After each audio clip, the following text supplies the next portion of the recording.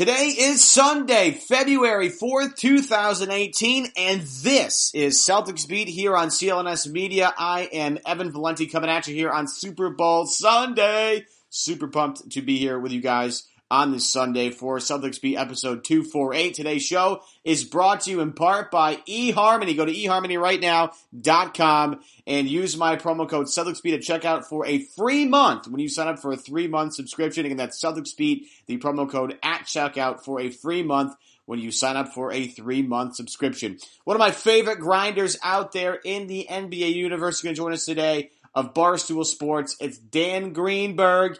But let's just be honest before we get to Dan. Celtics have found a really interesting way to stay afloat without some key guys in their rotation. No Marcus Smart in the past couple of days. No Kyrie Irving. Morris out for the game on Friday night. And Boston keeps on chugging along. Now they add Greg Monroe to the mix. And they're going to potentially do some more via Steve Bullpen of the Boston Globe. We'll break all of that down with Dan Greenberg coming up next.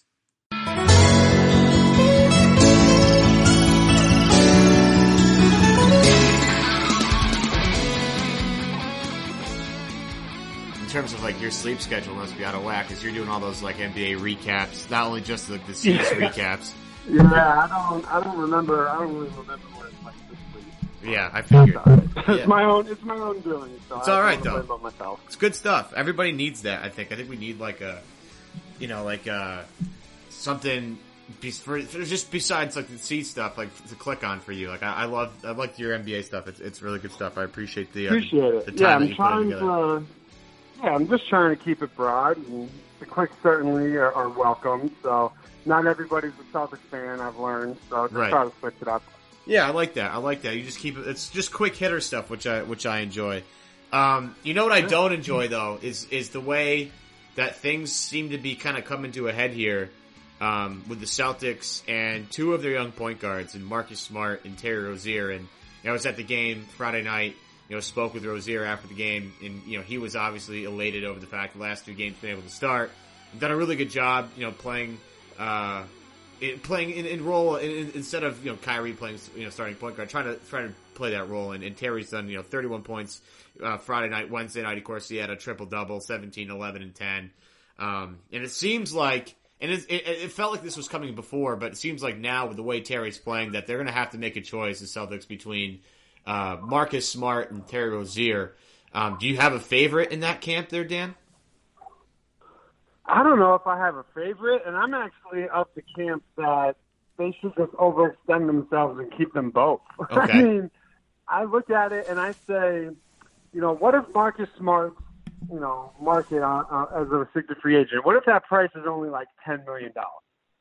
So wouldn't you think that this team is better? And you can obviously go over the cap to keep your own players. I mean, look at what the Warriors have done. If they've just been able to reinvest in their own talent and pay an extremely high luxury tax bill. But if you're winning, Wick has shown that he's willing to do that.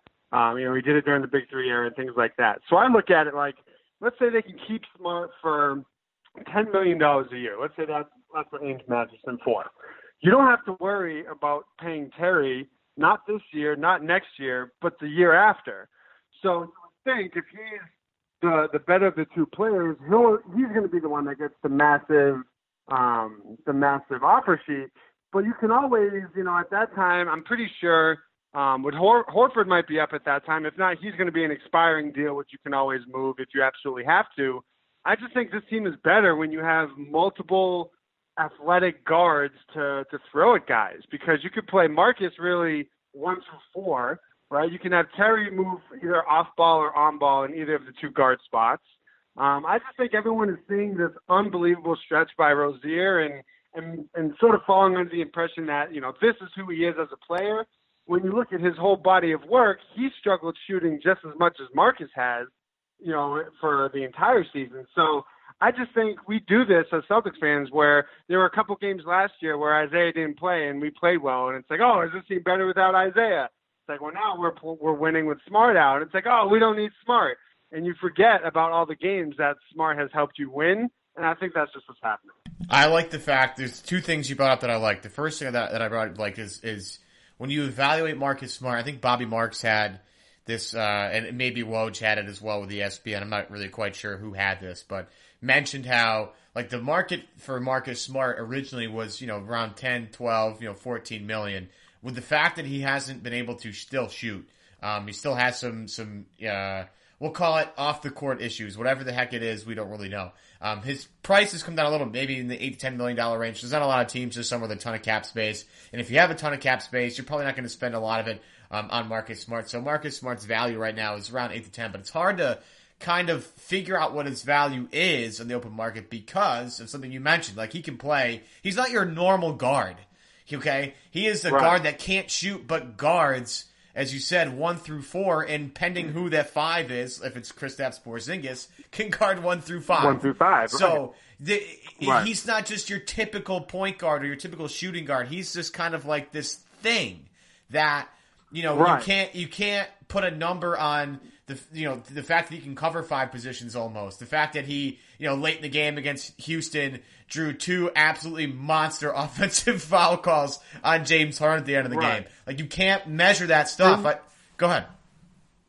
Oh, I was just gonna say, and what's interesting about him is he's the type of player, based on how Brad plays and based on their philosophy and their importance on versatility, he's more valuable to the Celtics than he is, let's say, the Nets or the Bulls or things like that, because he's the glue that allows them to play their preferred style. Because, if he was more like, when I think of, if they just had Rozier, they can't play Rozier against 3s. They can't play him against 4s.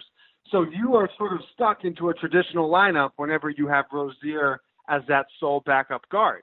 If you're with, Marcus, it just opens up Pandora's box for you to be a matchup problem. And even if you say his offense is a huge negative, which it is, he can still run the pick and roll very well with Horford, right? He can still be a facilitator and create for others.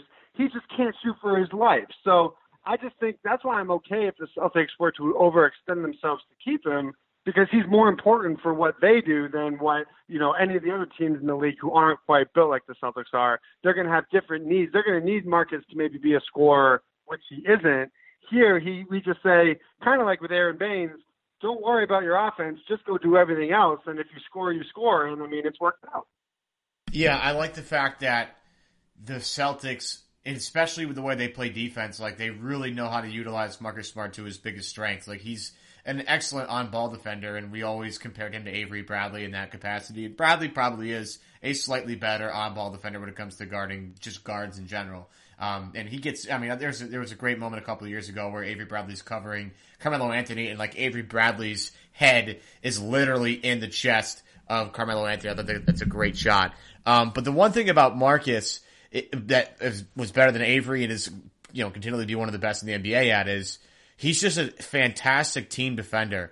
And when you watch a game and you get the ability to actually, the best way to do this is you already know the outcome of the game and you can kind of focus on other things. Like the second rewatch of a game is always my favorite, just because you pick up on so many little things because you're not worried about the score. You're not worried about like getting a tweet out. You're not worried about this. You're not worried about that. You can actually watch the flow of the game and kind of slow things down, rewind, and look at things. If you look at the activity that Marcus Smart does out on the floor on the defensive end, where he's just kind of like jumping passing lanes and helping here and helping there and sliding this way, sliding that way, like his just team defensive IQ is off the charts. And again, it's hard to measure. His offense, this is a team that can just say, look, Marcus, we don't really need you to score that much. Like when you're open, yeah, go ahead, shoot it. We want you to be more of a distributor, a playmaker from the point guard spot. And he's gotten better at that. But defensively, he's what really gives this team their identity. I know they lost Avery Bradley, they lost Jay Crowder, they lost Isaiah Thomas in this past offseason. And everybody talked about, will the Celtics still have the same identity we've grown to love? And the answer is yes. And a big reason because of that, Dan, is because Marcus Smart's still on the roster. He is a huge part of that culture. And that's when you look at what Adrian Wojnarowski's reported recently, and it looks like that Marcus Smart's available, I guess, for a first-round pick. I have actually like a little bit of a hard time believing that's real, just because I really do think that the Celtics value him a little bit more than anybody else really would, to be honest. Right, and obviously I don't think that's really news. Everybody in the NBA outside of like 5 players can be had for a price. So I just can't imagine, especially when you look at their history, right? I think Ainge learned a lot from that Perkins trade of what defensive chemistry and team chemistry can do to a team, for if you break that up in the middle of a season. So let's say they get the 23rd pick in the draft for Marcus Smart. How does that make them a better team now? And then how does that make them a better team next year once Gordon Hayward comes back? Because that's what I think we all need to remember, right? Like we're dealing with his offense, and his offense at times can hinder this team. But next year, when you have Marcus Smart, who knows, you may have a high lottery pick, but I put that out of my mind. So if you just focus on, Gordon Hayward coming back, you're getting such an influx of offense that Smart's offensive responsibility and his role in that second unit isn't going to be as crucial as it is to this unit now. So Woj hasn't exactly been completely accurate when it's come to Celtics news. I mean, he is still a beast in the industry, but I just can't see what would be the benefit this year or next year to get rid of a guy who you may be able to match for, like we said, maybe $10 million, and it does so many things for you now just for a low end of the first round pick, because you're not going to get a lottery pick for him. You're probably not even going to get something in the teens, because the teams that have those picks don't need guards. So I don't know. I think everybody in the NBA has a price, but it would shock me if they moved him. I agree with you on that. And that kind of brings me to Rozier. And again, another thing that you said that I liked about Terry is and you compared him to Isaiah Thomas, and I didn't even think about that. It was actually a good comparison. How, is this team's better without Marcus Smart? No, they're not. They're really not. But Terry's doing a great job in his absence of playing well. In the absence of Kyrie Irving, he's played really well. They haven't had Shane Larkin, so he's had to log a lot of minutes. So it's easy to see a huge jump in Terry Rozier's production when he plays so much and has the ability to shoot more shots. Then the one thing that people are already climbing on Terry Rozier's bandwagon, and I love this corner of the internet. I think it's hilarious. But the one thing that keeps Terry Rozier from being a guy that you can't trade, and they obviously don't want to trade him for anybody. They try. People wanted him to trade for Serge Ibaka last year, and Danny wouldn't do it, and now you see why, because Terry Rozier is turned himself into a really great 3-point shooter. What you saw Friday night, I think, was the next part of his development that we've all sort of been waiting for, and he did a really nice job of using his speed to get into the lane and kind of survey the defense and figure out what he can do from there, whether he can drive the basket and finish, or kick it out to an open shooter somewhere, or just prod the defense and kind of figure out how to analyze and how to attack it the best way. Again, the past 2 games where he started, it's been a really nice, in terms of judging where he's at in his development. It's a nice thing to see. But the thing with Rozier, yeah, and go ahead. Well, I just think with Rozier, it's his stretch. Really, the last 5 games has been much better than the really bad slump he was on for pretty much all of January. But with these last 2, I really think it's important to keep the opponent in mind, right? Like he may have scored 31 and 7, but Dennis Schroeder also had 25, 27 points last night, so that's concerning. And his shooting percentages have been lights out. But when you look at what it was in January, it was 39% from the floor, 32% from the field. Then you look in December, it was 40% and 36%. And then in November, 37% and 37%. And then in October, 37% and 34%. So while he's been great these last 2 games, I just think it's a little disingenuous to say this is the type of shooter he now is, now that he's gotten the opportunity to start. He's had a really good stretch, but this is why I don't think Ainge overreacts to anything that's immediate, because this is who I think we all want Rozier to be consistently, but I don't think he's at that level where you're going to drastically change the makeup of your team just for a nice little 5-game stretch. Yeah, and that's the big thing with Terry and with some of these younger guys. It's always been consistency. You get a flash here and there of brilliance, and again, Terry's kind of riding this really nice wave right now. But again, consistency is what kind of holds these guys back. They can be good here, good there, good there, and that's what separates, a decent player from a good player, from an above average player to a really great player. And the difference between Kevin Durant and Jason Tatum, besides, experience in the league, is consistency. Durant goes out there and scores 28 points, 30 points a game every single night. Tatum has only done that once so far. So again, the consistency is what's really big here. But again, what Rozier does bring you, is something that they don't really have anywhere else. Like Marcus is a good rebounding guard for a guy that size. He's actually, in terms of a contested rebound rate, is like one of the best guys, if not the best guy in the NBA, 6'4" or shorter. I think he's close. I think Tony Allen was number one at one point, and I think Marcus has overtaken that just in terms of contested rebounding percentage. I think Sam Sheehan had that little stat, which is excellent. But Rozier is both Rozier and Smart are probably, I can't remember a Celtics guard that rebounded like that consistently on the defensive glass. I mean, you look at their top three rebounders, it's like Horford and then Smart and Rozier are right there with Baines. It almost makes no sense. Today's episode is brought to you by eHarmony. Folks, for trying online dating, chances are you have run into some lazy text messages, dead-end conversations, and random matches that frankly just don't turn into dates. And just be honest with yourself. You really can't get to know somebody just by looking at their picture. That is exactly why you need to turn to eHarmony today. eHarmony is unlike any other dating site. They take steps that other dating sites don't, just to find you a more compatible match.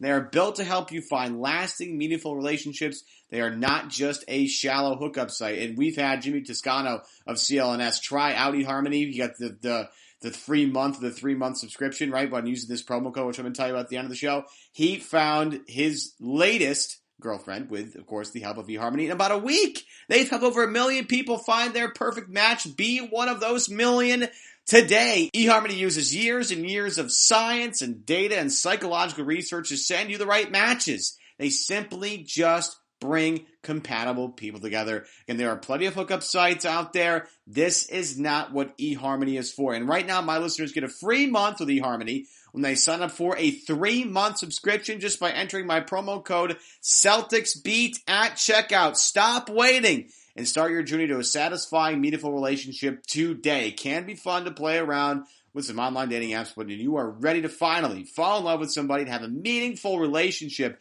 there's one app that's built to bring you real love, and that's eHarmony. Come see how eHarmony can change your life.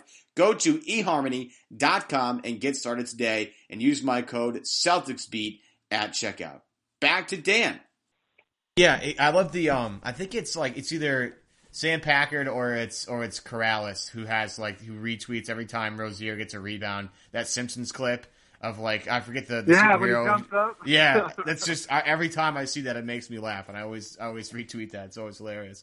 But they have two guys that rebound the basketball very well. Rozier gives you a different breed of athlete than Marcus does. Again, the one big problem with Marcus is as a point guard, he doesn't really find his way into the lane too easy, where Rozier, as you can see, when he finally hits his peak, is going to be able to do that with relative ease. And that's the one thing about Rozier, the potential upside. Do you think that if you were to put Marcus Smart and Rozier on a level playing field, you try to analyze it, does one of those guys stick out a little bit more to you in terms of their overall ceiling? I mean, I think Rozier has the higher ceiling on the offensive end, but I think on the defensive end, he has a ways to go. Just in terms of his ability, he doesn't. If you watched last night against the Hawks, he wasn't really fighting through screens and things like that. He's just a streaky and inconsistent. But when you watch him play, if you see him and he gets the ball at the top of the key, he kind of reminds you of a Kyrie Irving, where he can shake and bake you and use his athleticism to get into the paint. With Marcus, it's a little different. That's usually coming off a screen. He's going to use his size and his strength to bully his way in. So it's tough because they're both when Marcus Smart gets into the paint, he's a bully, and I think he finishes a little bit better around the rim.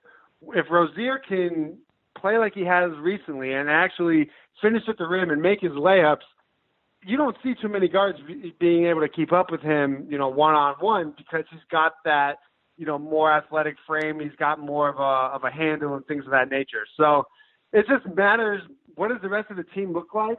And then which of these skill sets is going to be more important? Because if Terry isn't going to be able to show that he can be consistent offensively, I'm not sure he brings more to the table than Marcus. The difference is going to be if he proves he can be a consistent offensive player and he's giving you the same rebounds. And even if he improves his defense, 50% of the way, now you're looking at a player that's probably a little bit of a worthy investment. It's just we don't know yet because he's only been in the league 2.5 years, and he hasn't really gotten a consistent run where he's getting 25, 26 minutes a night.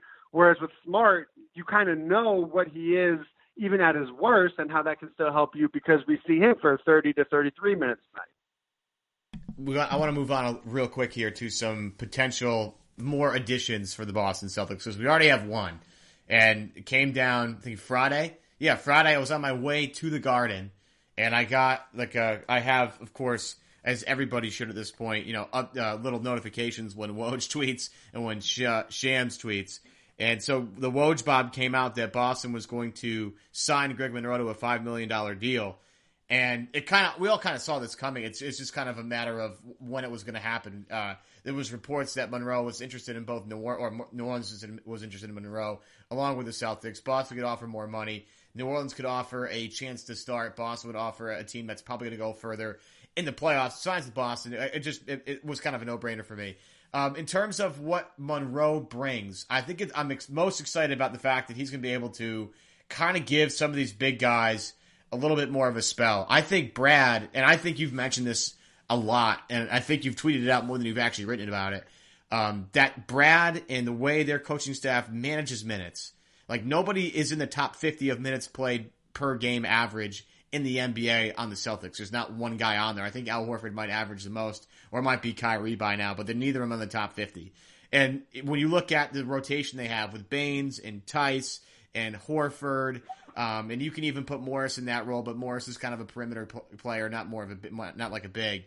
It's hard to find those guys a lot of minutes if they're not really scoring the basketball. Like Tice has been doing, I think, way better than I expected, and I think most people did in terms of playing good defense and being a guy that does kind of the dirty things and doing things that don't necessarily show up on a stat sheet. But I mean, you're not going to run plays from Daniel Tice. You're not going to really run too many plays for Aaron Baines, although he's a good jump shooter, not bad. Al Horford is fantastic, but Al Horford can't be your primary, like the only guy that scores, as a big on your team. You have to have something else. So when we look at Monroe, there are going to be things we talk about in excess to something, but I just think having a guy off the bench that can score at a position that you don't get a lot of scoring from is a huge, huge uplift for the Boston Celtics. What say you? Yeah, so I'm mostly with you. I'm against the camp, and I found this a little bit when that move was first announced that, Monroe, he should be our starting center. And I have a couple of issues with that. One, if you look at the normal starting five, so the Kyrie, the Jalen, the Tatum, the Baines, and Horford, that team has played 260 minutes together, more than any other lineup this season. They're a plus 13. So they're outscoring their opponents by 13 points than any other lineup, which is pretty good. So when I look at that, I say the way that starting five is constructed, even though he doesn't do it a lot, Baines and his mid-range ability gives them that space for the slashers like Kyrie, Tatum, and Jalen. Look at Greg Monroe. He's taken something, I think I put this in the blog, it's like 188 field goals on the year attempts for Monroe. Only 15 of them have come from beyond 10 feet. So I'm not interested in having a guy on a unit that doesn't really need offense to potentially clog the paint. If you move him to the second unit, you have really the only slasher on that second unit is Terry Rozier, but nobody else can really score. So now you have that second reliable, dump it down low when, they're settling for threes in every second quarter and they're not going in. Like now we have a legit option, dump it down low. He's a pretty good passer. I think people don't realize that, but you can just at least go to him when you need a bucket. So I think his need is more prevalent on the second unit. Whereas if you're ever in a lineup and you need to throw him in, for a Baines, let's say Baines getting in foul trouble, that doesn't hurt you. But I wouldn't shake anything up when it comes to the starting unit with Monroe. I would just say, hey, let's just make him a focal point of the second unit. If we need him to sub in for Baines, great. But I see a second unit mostly of like Smart, Terry, Morris at the 3, Tice at the 4, and Monroe at the 5. I agree with you on that. And I did this last Friday night when we were doing some post-game stuff for CLNS, and I was talking about how like people are clamoring for more Monroe to start, and I think that's absurd. The only way I'd see that is in like a Gerald Green role, like against the Bulls in the playoffs last year, where it just made a lot of sense. in that particular time for that particular series to get a little bit more skill on the floor, and getting a guy like Gerald Green in there who can knock down an open shot, it did make a big difference. I forget, was it game 3 he went crazy, or game 4 he went nuts, and he totally gave them the spark they needed, and they went on to win that series in the first round last year against Chicago.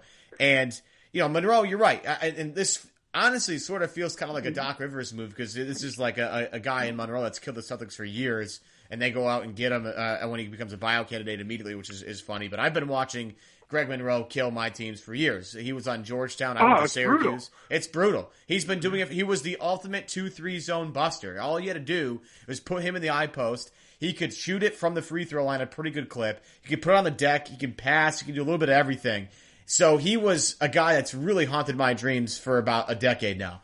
And I look at him. I look at the way Brad Stevens likes, as you pointed out, likes to use his bigs as facilitators. We finally, and I was kind of pissed we saw this already. I was hoping he'd save this for later, but we've seen the Al Horford with 4 wings around him, as Al is a point guard essentially, even though he plays the 5. Like, I'm not going to go that drastic with Greg Monroe, but there's a guy that you can put him at either elbow, facilitate out of the high post, and because he's such a good shooter, you have to respect that jump shot and play him up so you can have cutters, cut into the basket, weak side, and make. How many times could we see Monroe at the elbow finding a streaking Terry Rozier or a Jaylen Brown in the basket for an easy 2-pointer? Like, I can see that being a potential, a staple of that second unit potentially if Brown were to end up in that unit and they stagger the minutes. But I love Monroe's signing because, and everybody wants defensive stuff. And I'm like, what do you need a defender for? Like, everybody wants to talk about Monroe's deficiencies defensively. First and foremost, he's not that bad. He's not like a rim protector, but when he was with Milwaukee, he wasn't that bad. And the way the Celtics play team defense and they use guys to help out in certain situations, I think Monroe will be just fine defensively, although he's not going to be like a revolving door or anything. But they are already a top 2 team in the NBA in terms of defense anyway. They don't need more of it. What they need is scoring. Danny Ainge has mentioned this years past that they need more scoring. That's kind of why they went out and got Gordon Hayward along with Kyrie, to get more scoring. You bring in a guy like Greg Monroe, it's only going to help that cause. Yeah, and I think we always have to remember, he's coming to under Brad Stevens' tutelage. So Brad's going to figure out where his deficiencies are, and he'll probably give him a 30 or 40% bump in that area. So I think we're going to be, because I saw some crazy stat. It's like there have been 30 players that the Celtics have brought in as free agents in the Brad Stevens era, and like 25 of them, their PERs have gone up as the Celtics in other places. So it's just like, I expect them to solve whatever his weakness is, but if you're only going to be, if he's willing to buy into the role and say, hey, you may only be getting 15 to 20 minutes a night, but during those 15 to 20 minutes, you're going to have an outrageous usage rate. If he can buy into that, it's only a positive. And like you said, he always kills the Celtics, so this also eliminates some curveball where he somehow ends up on Cleveland, and now you have to defend Greg Monroe with like Semi Ojeleye or something like that. Last thing, because we've gone pretty long here. Potentially, Boston's still looking to add some pieces. Steve Bulpett came out with an article, I think it was Saturday morning, maybe late Friday night, but I read it Saturday, about Boston may not be done yet. They're looking at potentially Lou Williams, looking at potentially Tyreek Evans. I like both guys. Lou Williams is an insane scorer. He's having a ridiculous year for the Clippers. Tyreek Evans fits a mold that Boston's kind of looking for. But I'll be honest, Dan, I don't think they really do anything more drastic at this point. I think they like their team. I think they like the way it's built. I mean, if they're going to get rid of Marcus, maybe that opens the door for Tyreek Evans. But I really don't think they want to go forward adding too many more new pieces to this team. I mean, you got to remember, this team added 11 new pieces in the offseason anyway. This team really still is trying to figure out how to play together. And, does Tyreek Evans really give you that much more of a chance against Golden State? Does Lou Williams really give you that much more of a chance over Golden State? Maybe a little bit. Yeah, sure. But I think the way they are right now, they in the way they're set up, I don't think they're really going to make any more moves. I know Bulpett's as plugged in as anybody, and Danny probably literally sat next to him and told him everything, and it was like, here's what's happening, here's what's going to go on, and give us a couple of days and then print this, and he did. But I look at them trying to go after Tyreek Evans, and again, it looks good on paper. I'm just not sure it's going to happen there, Dan. Well, I think, as with everything with Ainge, if you're talking trades, it just comes down to price. So Memphis is in a unique situation where they can say that they want a first-round pick and they can say they want this and that, but every day he doesn't get traded, they lose more and more leverage because they physically can't keep him, right? Like, they don't own the bird rights. They don't have the cap space to keep him, so they have to get at least something. So if you're telling me that we get closer to the trade deadline and Ainge can get him for, like, Larkin, Nader, and a high second-round pick, I'm all for that because, these are assets that, you can live with moving. But I'm not giving up a first-round pick. I'm not giving up Marcus Smart. I'm not giving up Terry Rozier because, like you said, for that price, if you're subtracting one of those guys, I don't think that gets you over the hump. But I do think there is something to be said. If it can be had for a decent price, give me the best of this guy's season who's only going to be on your team for 4 months, who's looking for a big-time contract next year. That's the type of rental player I would want. I don't want to give up on something of real value because he's unrestricted next year. So let's say he gets an offer from somebody for 18, 19 million, and then you lose him. Well, now you just lost 2 years of Rozier under control and potentially the option to match Smart this year. So I just think it comes down to price. And I think the same thing is going to be the case with Lou Williams. He's a guy who's going to be unrestricted. He's a little older. He's not going to really be that. He's instant offense, but almost as much of a negative on defense. So for him, it just comes down to a price. Are they going to be able to do that with maybe their low first-round pick? Maybe, but I'm not giving up anything of substance, and I don't think Ainge will either. So if that just means that they have to, trade a second-round pick for a guy that's about to be bought out, that's maybe a little bit lesser-known player, and we're not even thinking about right now, fine. But I don't think that they're going to be done. I just don't think that there's going to be like a major shakeup. That's Dan Greenberg at Barstool Sports. Dan, thanks for joining me here on Celtics Beat here on this Sunday. Appreciate the time, man. Keep up the great work with Barstool, and we'll talk to you soon, buddy, okay? All right, Evan, anytime. Appreciate it, man. Keep killing it. Keep grinding. Go Pats. Yeah, go Pats, brother. I'll talk to you soon.